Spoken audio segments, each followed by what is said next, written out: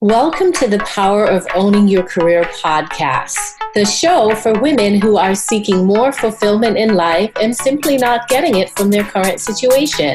We focus specifically on careers, but hey, we spend a lot of time in our careers, so making changes here will definitely create an impact in your overall happiness. I'm your host, Simone Morris, and my mission is to empower women to succeed. I believe that in order to powerfully own your career, you must decide and claim that you want to sit in the driver's seat. You must know that you deserve better and be willing to not only do the requisite work, but be willing to go out on a limb to ensure your success. Each episode focuses on profiling a leader who is clearly demonstrating ownership of their career. Join me and my guests as we explore career journeys and bring you actionable strategies to use to get into the driver's seat for your career. Because ultimately, your career is your responsibility. Let's get into the show. Hi, everybody. It's Simone Morris. I wanted to come and say hello and wish you a happy holiday season. We're in the thick of the holiday season. It has been super busy on my end with lots of travel, lots of speaking engagements and training. But please know that I am committed to you and committed to your development and growth as a driver in your career. So the podcast is coming back full swing, where great guests are going to join us and just lots of learning. The episode that's coming up is going to be fantastic. So much learning. Grab a pen and you will thoroughly enjoy it. Thank you again for being a listener. I am pleased with the growth of the podcast. Please do me a favor and share the episodes with your friends so that they can pick up the knowledge and they can subscribe to the podcast and learn so much, and we can grow as a community and really get the message out there that our career is our responsibility and we are people who make things happen. So we are going to make some great things happen in 2020 and beyond. Again, thank you for being a loyal listener, and please do enjoy the episode that's coming up. In this week's episode of the Power of Owning Your Career podcast, I am joined by Sherelle Gross, who is an attorney and founder and president of Measure of Ambition LLC, and also known as Sherelle Speaks. Sherelle, welcome to the show. Thank you, Simone. So happy to be here. It's awesome to have you. I want to tell the listeners that I met Sherelle recently, and she was on a panel and such standout answers that while I was sitting there, I thought to myself, she's got to come on the podcast. She's got to come on the podcast. And so I approached her afterwards and she said yes. And I was so giddy with excitement. I'm thrilled to have this conversation with you, Sherelle. Me too. I'm so happy that you asked me, Simone. And I too think very highly of you. So I was very excited and honored when you wanted me to join your podcast. So thank you. Awesome. Well, let's get right into us so our listeners will soon learn what I'm talking about. Can you just tell us a little bit about your career journey? Sure. As you stated, I'm an attorney by trade, although I presently am not practicing, but I practiced law for 27 years. And I started my legal career actually as a prosecutor in Bronx, New York. And that was such a great job. I learned a lot about developing relationships. I learned a lot about working together closely with your colleagues. But then after a few years, I thought that I really did not want to be a judge. I didn't want to be a career prosecutor. So I thought I'll move on and decided to work at a law firm, because at a law firm, I thought that I would develop a different skill set, more writing, more analytical thinking. And so I went on to represent doctors and hospitals who were sued for medical malpractice. And that was a very challenging job. It required a lot of intellectual rigor. And that's exactly what I was looking for. And after a couple of years of doing that, I thought, well, I really didn't want to be in court all day and in the evening at doctors' offices preparing for trial. So I thought, well, what else? So then I decided to go to my first corporate job. And my first corporate job was Quest Diagnostics. And it was a super great company, a great place to sort of cut my teeth in the corporate world, a very inviting and supportive community there. And I started managing their litigation, which is what I was doing as an outside lawyer. And that was a lot of fun, a lot of opportunity to interact with senior officials. But then after a few years, I wanted to really kind of get more into the business and do more business counseling. And so while I was on maternity leave one time, I called my general counsel and asked them if I can go into the operations side. Well, people were quite surprised because on the litigation side, you have a lot of exposure to senior officials. But on the operations side, it was more of the day-to-day work of the business. But that's exactly what I needed to grow my career to the next level. And so I did that for a few years. And then I went to Bayer because I thought I'd sort of done what I wanted to do at Quest, and the job was no longer challenging. And so I went to Bayer and I started working as the head of a law department for diabetes care, but only for their U.S. side of the business. And then I later got promoted to run the global law department globally for that same business. And then a few years after that, I was promoted into my last job where I ran the law department for a larger business, radiology. And that was a lot of fun, a lot of diversity of work. And then after practicing for a number of years and became very senior in the organization and did great things, I really decided that, I really wanted to do something different with my career. So I did an entire reset, took a few months off, and then I started Measure of Ambition in September, because what I really, really liked as I got senior about what I did every day was really sort of developing women and helping them shape their careers. And so I said, I think I like to focus on this full time. I was already doing a lot of industry speaking anyway, and within the organization. And so I really wanted to sort of create, new content and help women develop their own career, and also develop, an opportunity for them to really, really, really, really tap inside to see all that they can be and do. So then I started Measure of Ambition. And now I'm here talking to you. Wonderful. Wonderful. So I have some questions about that journey. What I got underlying from that journey is just a sense of knowing that you are ready for the next chapter consistently. And so you're able to flow in your career. Can you talk to us about that?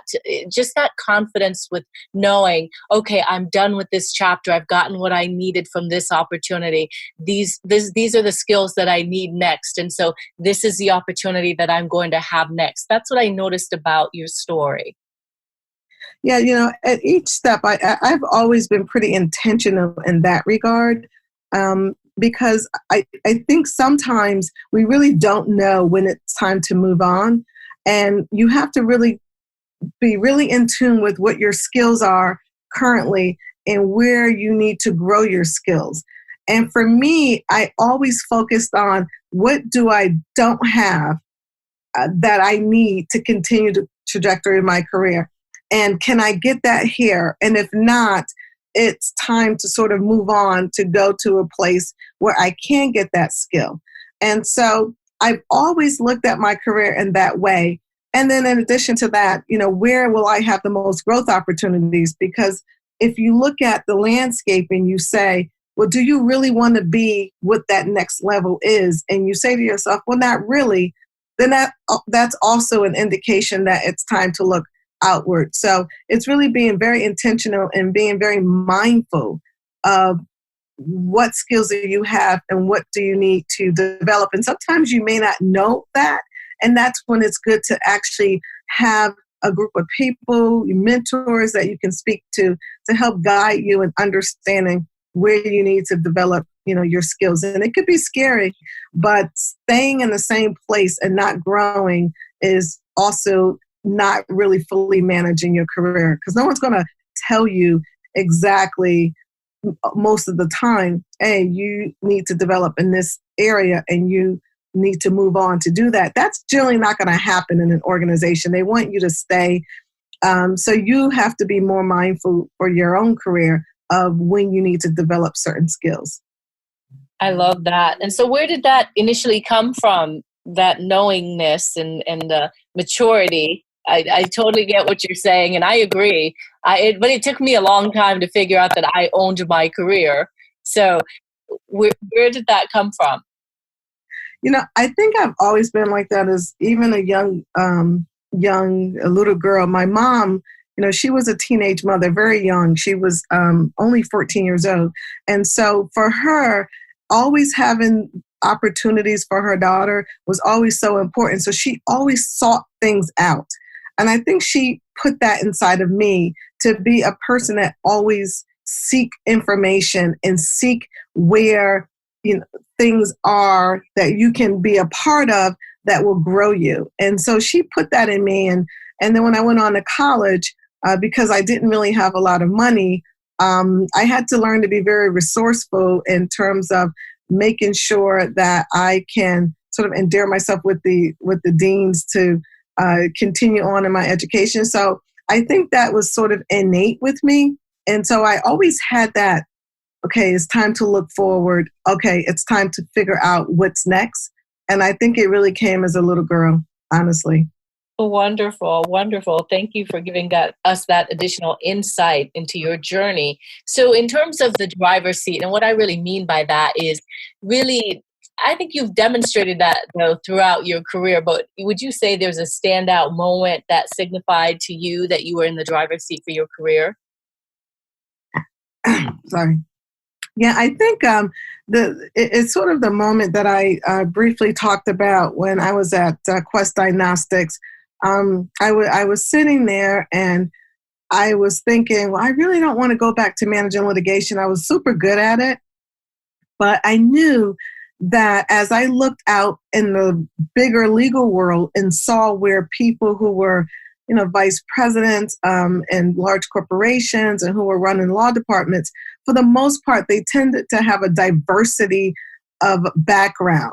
And I knew if I stayed in litigation, I necessarily wouldn't have that. And so that's one of those things where I said to myself, well, I need to own this and I need to ask that question, whether I can move to another group. And that, I think, was the first time that I wasn't sort of following the defined path that was laid before me and just doing a bang-up job with what I was doing in order to be noticed. That's when I literally had to map it out. And everyone didn't understand it, but I knew that I was the one that had to be in the driver's seat of my own career and figure out what I needed to have in my toolkit next. And so I think that was the first time. I had others after that, but I think as a professional, that was really at the pivotal point of her career where things were going fine the way they were. But I said, I have to get in the driver's seat and I have to own this. And so I started to create that path. And then once I knew that having that senior level visibility was something that was really good for me in the litigation group. So what I thought I did, I had to create a replacement for that. So I then started to sort of pitch and create cross-functional teams that would address some of the client's pain points. And that allowed me to have great visibility still at the senior level, but it also allowed me to have that diversity of work that I knew was important in order to grow my career. Wonderful, wonderful. Well, continuing on the topic of careers, can you think of a moment in your career where you felt that you avoided responsibility for your career? Yeah, I one of the things that is really important as you grow is that you have to take on difficult assignments. And it's really hard to do that, particularly when you may not have the full confidence that you have what it takes to do it.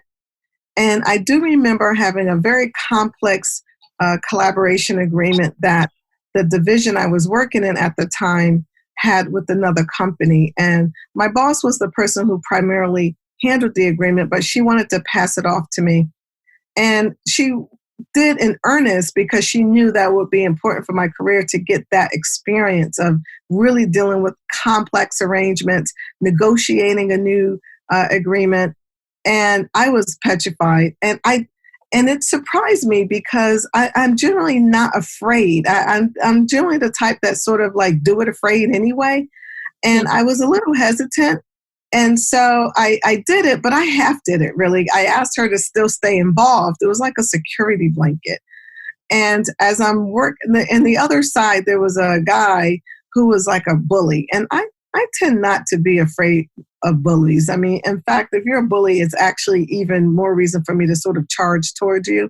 But in this particular case, I think because of the intellectual rigor of the agreement and he was a bully, I really, really, really was scared. And so I asked her to stay along, and she said, I don't think I need to, but I will. So after the first negotiation meeting, I was so disappointed in myself that I didn't rise to the occasion. And I went home and I said, you're just going to do this. You're just going to do it. And if you don't do it, you're really going to regret it. And so I told her, you don't need to come anymore to any more of the meetings. And what I did was I prepared. I knew that agreement code. I knew the pain points of the customers. I knew the business operation of the agreement. I knew how it was being executed. I knew where we can do better. And so when I went into the next meeting, I didn't focus on him being a bully. I really focused on the information that I had. And then once I started becoming more confident in what I was stating, then the bully part, I kind of went back to my normal nature, which was, you're not going to bully us. This is what's going to happen. And so and that was a really, really important part of my career, because the business really, really saw me as a more of an advocate than what they saw before. But I really, really stepped up to that challenge, and I gained a lot of confidence from that. And that, I think, helped me not shy away from future very difficult circumstances. Wonderful. Isn't it always those moments in our career that we remember the most, the tough ones? Yes. Yes. Those are always, you avoid them and you don't like them. But when you look back, and that's in life, the tough parts of life are the times that you look back and you say, boy, you know what? I really grew during that period. Absolutely. I definitely have one of those myself. So Sherelle, what is your formula for successfully owning your career? The thing that I've done very, very well, and I'll tell you what I've done well at, but I'll tell you what I didn't do well, because I think ownership means looking at what you did well and looking at what you didn't do well. I think what I did well was I really focused on, okay, what skill do I don't have that I need to get? I also focused on developing relationships, but not in a selfish way, but really saying, how can I also be of assistance to somebody else? And how do I make sure my team grows? And my job is to grow my team out of my department, not to grow them in the department and make them super proficient if they want to go. If they don't want to go, that's fine too. And then I also believe that another formula is just always thinking about, what is the overreaching goal of the organization? What's the priorities of the organization? So I can line my day-to-day with that. And so those are some of the things that, at least as a professional, and that holds true in my business, really focusing on how can I add value to the industry that I'm entering, and how do I think about doing things differently. But then I think sometimes what I didn't do well was, even though I was very intentional in what I wanted next, I think I was always in the next space. I didn't do well with staying present. And I think being present also has tremendous value, because it allows you to really, really enjoy the ride and not always focus on the next step, the next step, the next step. And also, I think being present allows you to think more broadly. Okay, I like doing this, but what else may I like doing, so that you can go out and get information and do informational interviews, research, because there may be a field that you would be really great at and that you can, explore and learn about and move in that direction. And I think that's one thing that I learned pretty late in my career, that those were possibilities. And I think also another thing that I probably could have done better, and I think I was really hard on myself, and I think women, as a woman, we tend to be very hard on ourselves. And so I think that I lost a lot of enjoyment of the process because I was always focused on, being my very best. And when mistakes happen, a little bit too hard on myself. And I saw that as I grew in my career, I saw the strain it was having. And then I started giving myself a break and acknowledging all the great things that I'm doing and not focus on the things that I can be better at. I love how you look at the perspective of owning your career on both sides in terms of, just evaluating the journey and what went well and what didn't go so well, and just taking that in as a lessons learned. Just Yes. amazing, really, to do that. And I love what you also said about being kind, because I found that myself. And I remember when I went to Coaches Training Institute for my coaching certificate, and one of the coaching supervisors during the certification process said to me, Simone, you have to enjoy pregnancy. Think about it like giving birth. Don't race to the delivery. And I never forgot that, because I was like, oh my gosh, I'm always about the delivery. Is a boy or girl? Or, enjoy the pregnancy. And essentially that's what you were saying. Enjoy the journey. And I constantly have to remind myself, let me enjoy this success, because I did a lot of hard work, and it's not about going to the next thing immediately. Stop and celebrate the success. So I love that you said that as well. Yeah, you work so hard to get there, and as soon as you're there, you're looking at the next step. Yeah. But you have to enjoy it and just enjoy all your hard work and enjoy all the benefits that you get from just being in a new space. And it just allows you to be more present. And when you're more present, you can think better. I love that you're talking about being present, like that mindset work. A couple of times during this interview, I've heard you talk about just giving yourself a pep talk.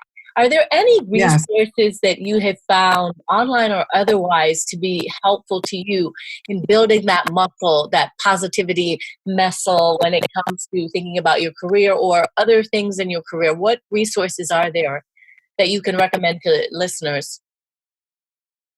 Well, for me, my faith is primary. I do pray in the morning, and that grounds me, and that also really fully helps me and reminds me that, one, I'm only human. And so although I sometimes engage in superhuman activity, which sometimes catches up to you, that I'm only human, and that, there is, a greater God that helps guide my life, and that I need to tune into that and allow that presence. So that's one thing. And then I also took up meditation about 2 years ago when I was sort of struggling to figure out what was next. And so that has helped tremendously, and just sort of meditating and taking that time, because I'm also a super high energetic, ambitious, and I'm pretty tough. And so I have to kind of be in tune with all parts of me so that when I show up, I can show up in balance. But I'm also an avid learner. I read and start and stop books all the time. And I do. I've half read books all over this house because I love reading, and then I read something else. So I love social scientist books. I love understanding how people tick. So I love Malcolm Gladwell. I am reading a Robert Fritz book now, The Path of Least Resistance. So I like to read. I love skill development, anything that can help me, whether it's how to communicate more effectively, how to influence. So I do a lot of reading, a lot of leadership development courses and programs along my career. And I would really kind of encourage people that I know some companies and some organizations have online tools like Skillsoft. Just do those online tools. If you do once a month, you are way ahead of the game, because the reality is that emotional intelligence and skill development is what separates the leader from people who just can't seem to get it right. You have to be able to navigate around yourself. And it's not really about you. It's about the skills that you develop to show up, and to show up in a way that allows others to look at you in a way that they want to follow you. And it also allows others to want to be influenced by you. So I do a lot of online. If it's Skillsoft, that's great. So I do a lot of reading, lots and lots of reading.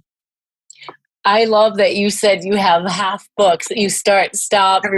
I love that because I have that too. And I always feel guilty about I just need to finish this book, but then I start another one because I get interested in it. So thanks for sharing that. Oh my goodness. Sherelle, as we wrap up the interview, what are the parting words or advice that you have to give someone wanting to successfully own their career? Yeah, I would say that what I noticed most as I was sort of growing up, and whether it's the prosecutor's office, the law firm, or in corporate, and now that I am in my own business speaking to people in a different way and coaching people, I would really say that you have to really understand that you have everything inside of you to do what you are purposed to do. And often we allow ourselves to be limited by the environment that we're in or by what other people tell us. And so the first thing I would say is that you have to clear all that debris out of your mind. It's very hard, and I know that people often say it and you hear people tell you to do it, but it has to be done, and it takes work that only you can do to get it done. No one else can tell you how to do it. No one else can do it for you. And if you get past that piece and not limit yourself, what can open up is amazing, because at that point you can begin to take that 10, which is what I say, to really think about what it is that you want out of your career and how do you get there. And so the second step I would say is to really take that time. I take it in the morning. If you just do 10 minutes, it's 1,440 minutes in a day. Just take 10 minutes where you simply say to yourself, what is it that I want? And what is it that I need to do to get there? And who I can lean on to get the result that I want. And so that would also be my third point, is to really, really surround yourself with people who are really encouraging, and not in the fake pep talk way. I mean, I hate to say it in that way. You need people who are encouraging, really. You need people who are encouraging, but people who see you being so much more than you see yourself as, but also a group of people that will hold you accountable for taking that next step, because nothing is going to happen unless you do it. But once you take that first step, you will realize that there is such a journey that's ahead of you and that you're capable of doing it.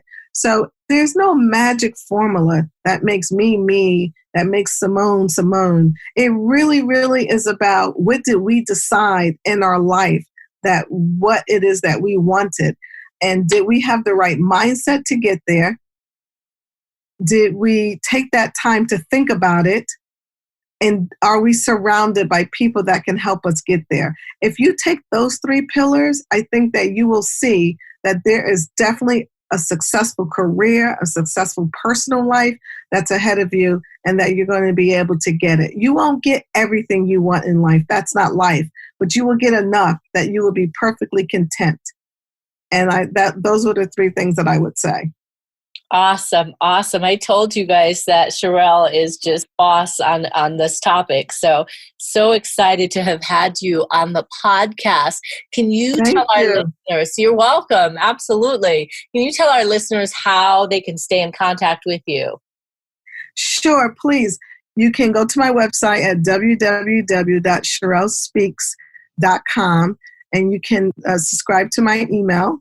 You can also email me at info@sherellespeaks.com, and you can follow me on Instagram and follow me on LinkedIn under Sherelle Gross. So Instagram is Sherelle Speaks and LinkedIn is Sherelle Gross. So I love to hear from you. I love to hear if you're taking that 10, please shoot me a note and let me know how that's working for you, because I love getting the messages when I do a conference or speaking engagement and they tell me they took their 10. I love them. So let me know how you're doing with that. Awesome. Well, again, thank you so much for sharing your Thank you, Simone. with our listeners. It was amazing. I knew it would be. And, I know the listeners will get a lot from this episode. Oh, thank you. And thank you for creating this opportunity for others to learn from people like myself. So I appreciate that. And I thank you for doing this. Absolutely. Absolutely. My pleasure. Thank you for listening to the Power of Owning Your Career podcast. It is my hope that you enjoyed today's episode. You can check out the show notes for this episode on the SimoneMorrisEnterprises.org website by clicking the podcast menu. Be sure to subscribe on iTunes and tell a friend or two about it.